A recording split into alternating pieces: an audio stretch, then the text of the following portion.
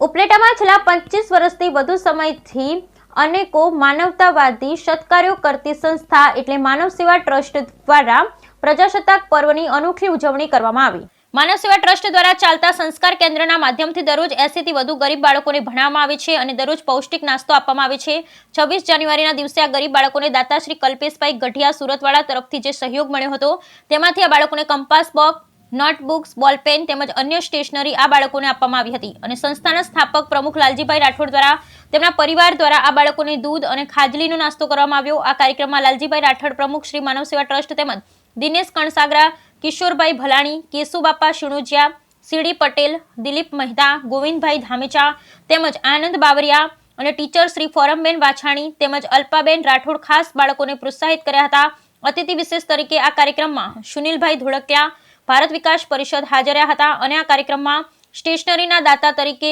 સહયોગ આપનાર કલ્પેશભાઈ ગઢિયાનું સંસ્થાના પ્રમુખ લાલજીભાઈ રાઠોડ તરફથી જાહેર માનવામાં આવ્યો હતો। બ્યુરો રિપોર્ટ વિપુલ ધામેચા, ઉપલેટા।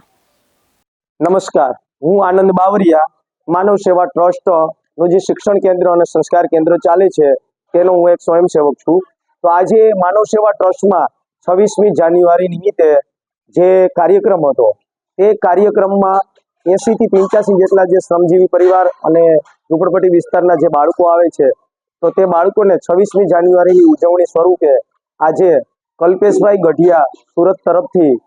ટેક્સનરી પ્રોવાઈડ કરી છે અને RSSના અને ભારત વિકાસ પરિષદના એવા જે સુનિલભાઈ અહીંયા પધાર્યા હતા તેને અને અહીંના જે ટીચર છે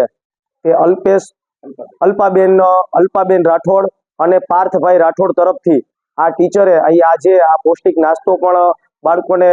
આજે આપ્યો અને 26મી જાન્યુઆરીની સરસ મજાની આજે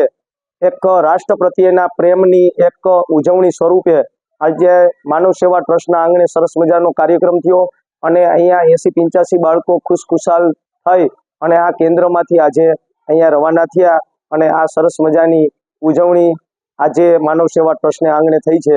જય હિન્દ, જય ભારત।